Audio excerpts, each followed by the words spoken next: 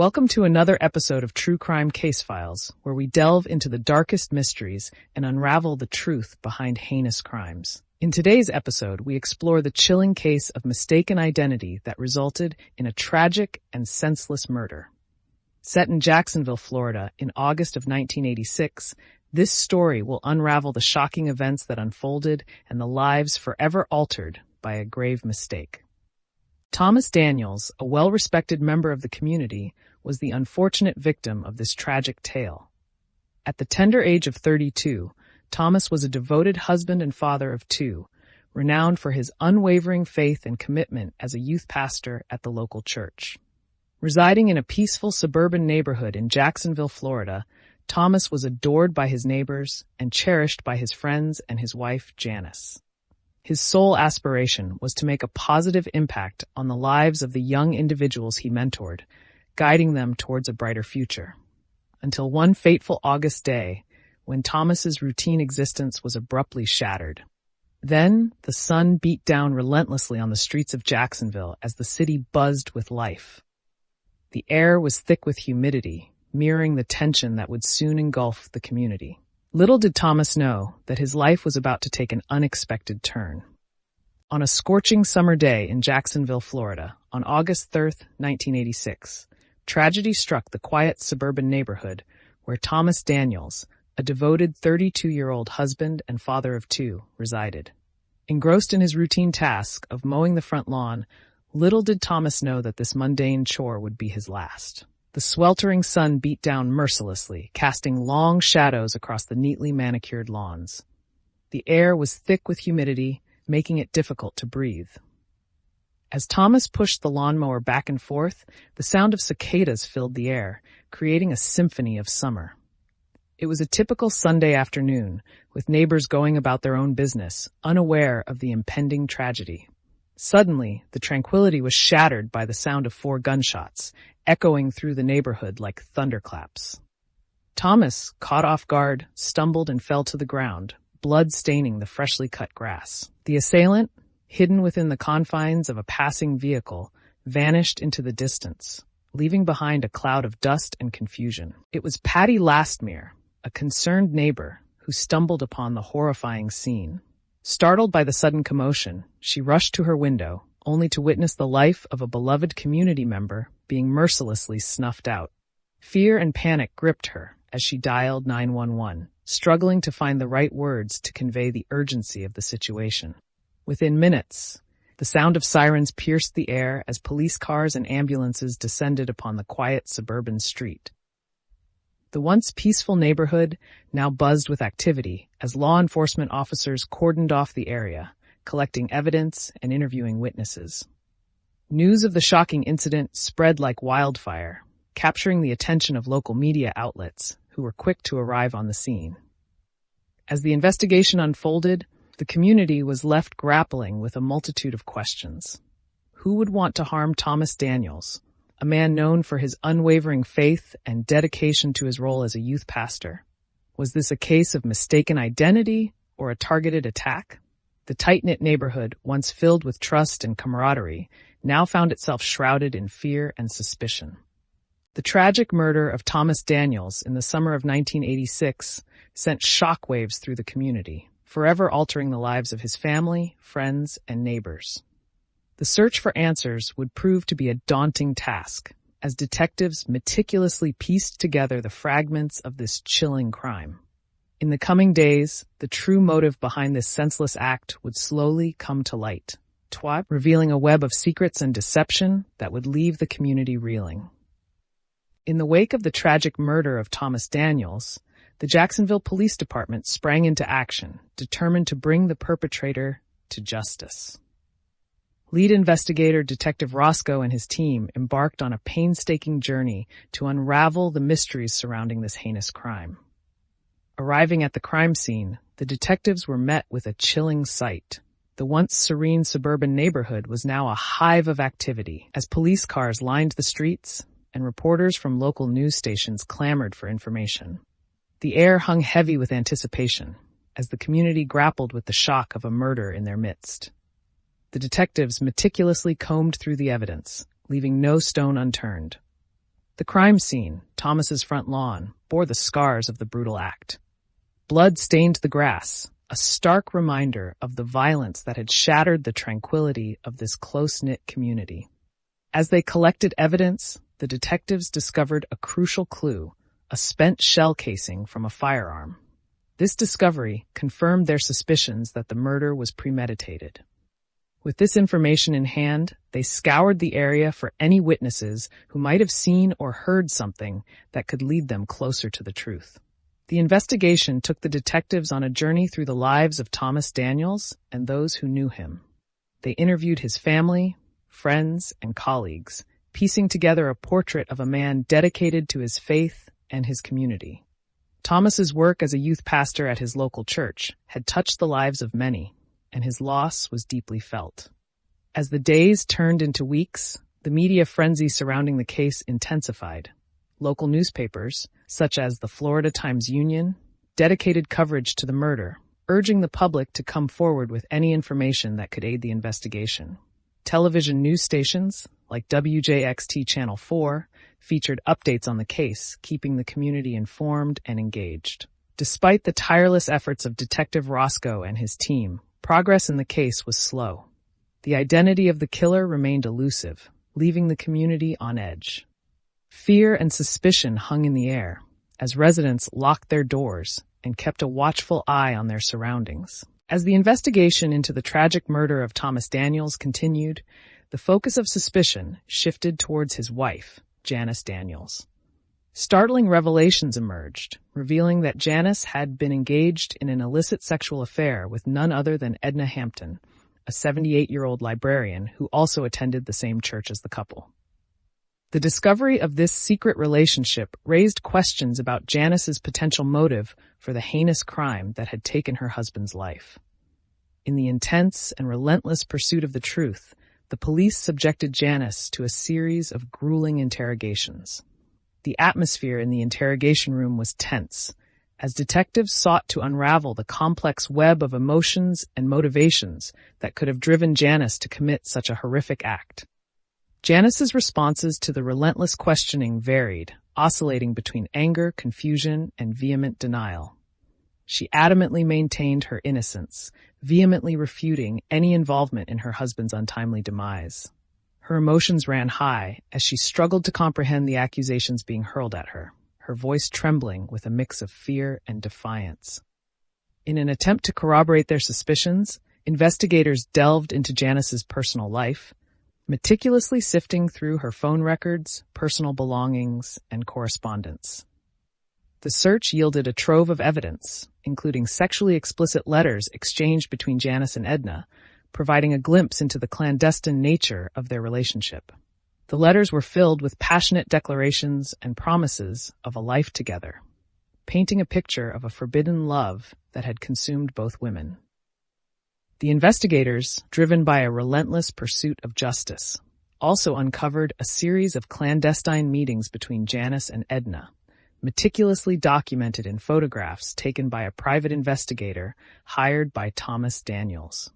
These photographs, capturing stolen moments shared between the two women, served as a chilling reminder of the depths of deception that had permeated the couple's seemingly idyllic life. As the investigation continued to unfold, the media covered the case, hungry for every detail. Newspapers carried updates, television channels featured dramatic reenactments, and radio talk shows dissected the crime. The community, once united in grief, now found themselves divided by the shocking revelations that had come to light. In this small suburban neighborhood of Jacksonville, Florida, where tragedy had struck on that fateful August day in 1986, the lives of Thomas Daniels, Janice Daniels, and Edna Hampton had become intertwined in a web of secrets, lies, and devastating consequences. The search for the truth would continue, as investigators meticulously pieced together the puzzle of mistaken identity and the tragic events that had unfolded. In a shocking twist of fate, the investigation into Thomas Daniels' murder took an unexpected turn when another individual, Jeffrey Wharton, narrowly escaped a similar fate. Jeffrey, a 34-year-old man leading a double life as a porn star under the stage name Mikey Barona Cox, had a troubled past that had brought him face to face with danger. Jeffrey's life was a roller coaster ride of addiction and illicit activities. With a monthly cocaine habit that cost him a staggering $10,000, he found himself entangled in a web of deceit and danger. It was this dangerous path that eventually led him to the brink of tragedy. On a sweltering August day in 1986, as the sun beat down on Jacksonville, Florida, Jeffrey's life hung in the balance. Investigators, already reeling from the shocking murder of Thomas Daniels, noticed a striking resemblance between Jeffrey and the late victim. This uncanny similarity raised suspicions that the two incidents were somehow connected. Desiree Lachlan Rue, Jeffrey's on-and-off girlfriend and a star stripper at a local establishment, found herself thrust into the spotlight as a person of interest in the investigation. The police, desperate for answers, interrogated Desiree, hoping to uncover the motive behind the attempted murder. The investigation revealed that Jeffrey's dangerous lifestyle had made him enemies in the seedy underbelly of the city. Rumors swirled about unpaid debts, rivalries, and a network of drug dealers who had a vested interest in silencing him. The police dug deep, following leads and piecing together a complex puzzle of lies, deceit, and desperation. As the investigation intensified, the media interest surrounding the case increased. Local newspapers, such as the Florida Times-Union, plastered their pages with headlines about the shocking murder of Thomas Daniels and the attempted murder of Jeffrey Wharton. Television news broadcasts, like those on WJXT Channel 4, dedicated airtime to the case, speculating on the motives and possible suspects. The city of Jacksonville, already grappling with a rising crime rate, was gripped by fear and uncertainty. Residents locked their doors, fearful that a killer was on the loose. The streets buzzed with speculation, as neighbors whispered to each other, sharing their theories and suspicions. As the investigation continued, the police were determined to bring the culprits to justice. They tirelessly pursued every lead, leaving no stone unturned in their quest for the truth. The fate of Jeffrey Wharton hung in the balance, as the police raced against time to unravel the web of intrigue that surrounded him. The relentless pursuit of justice by the police in the chilling case of mistaken identity took a significant turn on the night of August 17, 1986, in Jacksonville, Florida.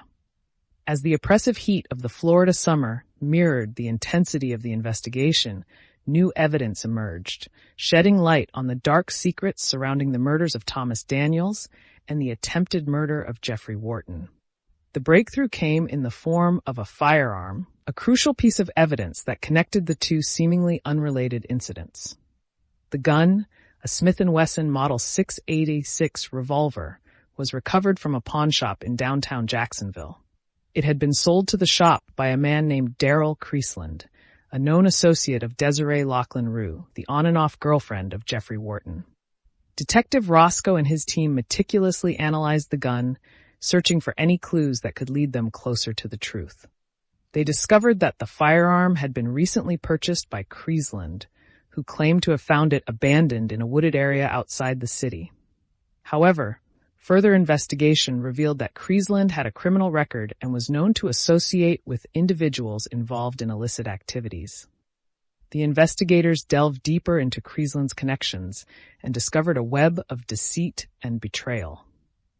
They learned that Creasland had ties to a local drug ring, which operated out of a seedy nightclub called the Inferno. The club, known for its wild parties and illicit activities, had become a hub for drug trafficking in the area. The police intensified their efforts to bring the culprits to justice, focusing on gathering concrete evidence to link Creasland and Lachlan Rue to the crimes. They meticulously analyzed phone records, surveillance footage, and witness testimonies, connecting the dots and building a solid case against the individuals involved. With the newfound evidence in hand, suspicion turned towards Desiree Lachlan Rue as the potential mastermind behind the chilling crimes that had rocked the community. Desiree, a 28-year-old woman with a captivating personality, was no stranger to the seedy underbelly of Jacksonville.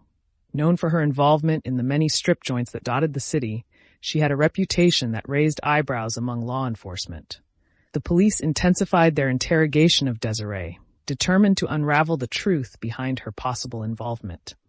They delved deep into her past, meticulously examining every aspect of her life. From her childhood in the working-class neighborhood of Riverside to her tumultuous relationships with various individuals, no stone was left unturned in their quest for answers. As the questioning intensified, Desiree's emotions fluctuated between anger and fear. She vehemently maintained her innocence, her voice shaking as she denied any involvement in the crimes. The police pressed on, presenting her with the mounting evidence against her. Desiree's alibi for the night of Thomas Daniels' murder crumbled under scrutiny. Witnesses came forward, placing her near the scene of the crime. The police discovered that she had a history of violence, having been involved in multiple altercations at the strip joints where she worked. These incidents, previously overlooked, now took on a new significance as investigators connected the dots. In a shocking turn of events, new witnesses came forward, shedding light on Desiree's possible motive. It was revealed that Thomas Daniels had been counseling a troubled teenager whose life had spiraled out of control due to drug addiction.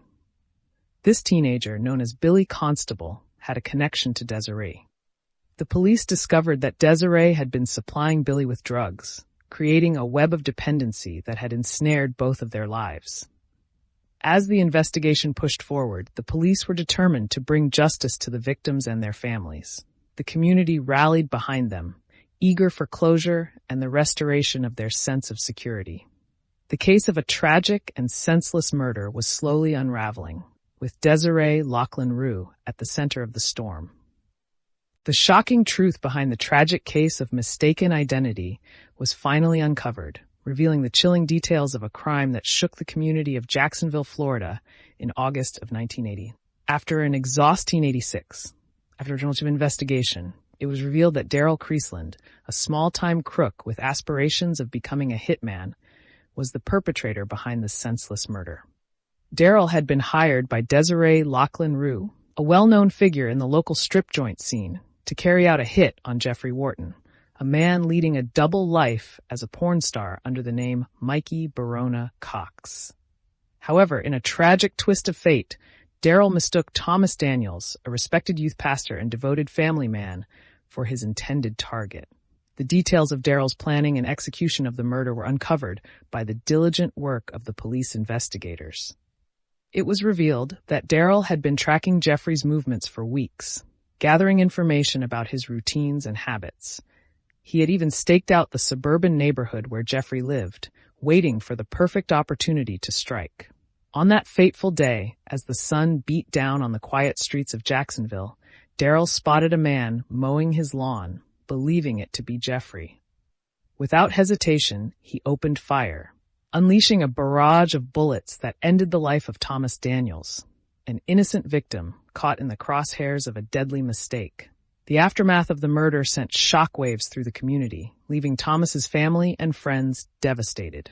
The news of the tragic incident spread, capturing the attention of local media outlets such as the Florida Times-Union and WJXT News 4 Jax. The senseless nature of the crime and the mistaken identity aspect gripped the public's attention, sparking discussions about the dangers of hiring hitmen and the devastating consequences that can arise from such actions. The arrest of Daryl Creasland brought a sense of relief to the community, knowing that the perpetrator had been brought to justice. His facade of invincibility shattered, Daryl faced the consequences of his heinous act. The victim's family, although forever scarred by the loss of their loved one, found solace in the fact that justice would be served.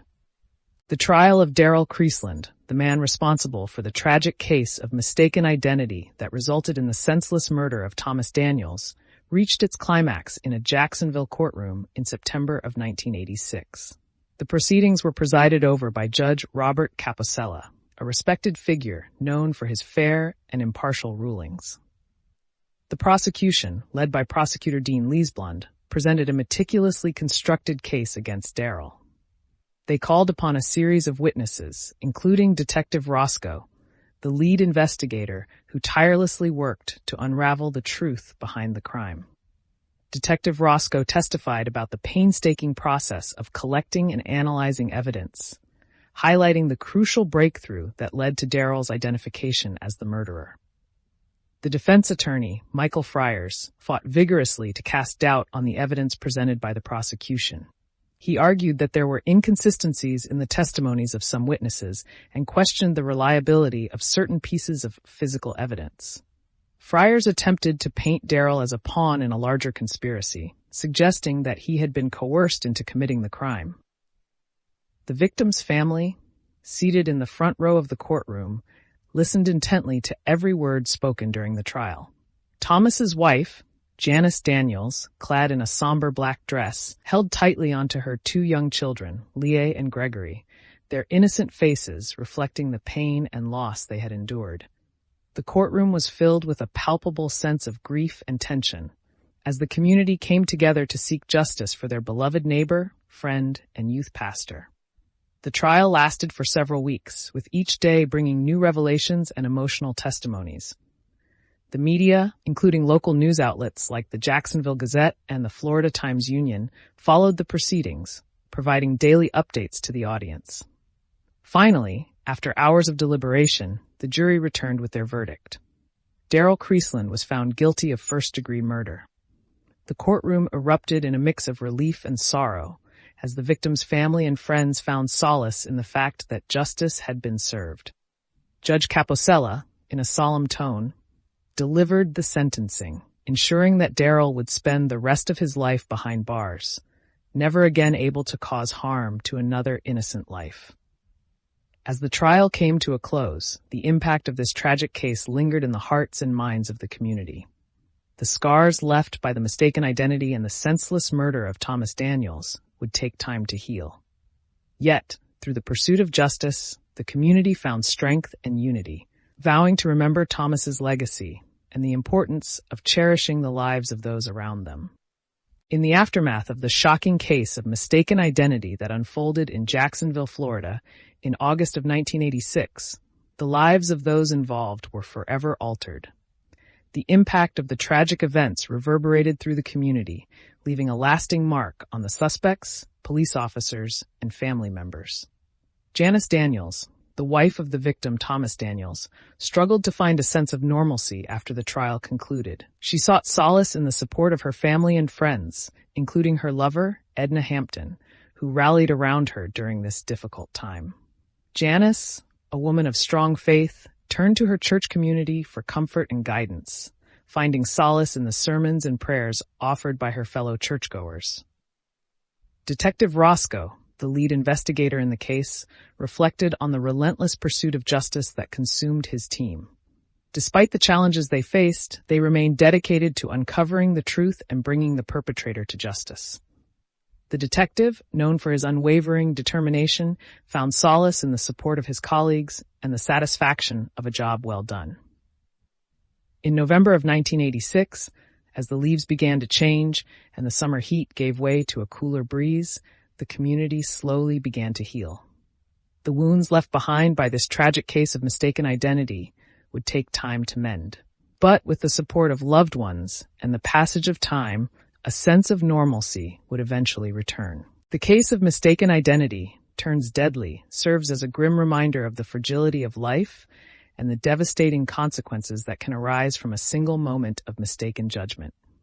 Join us next time as we continue to unravel the mysteries that haunt our society, shedding light on the darkest corners of humanity.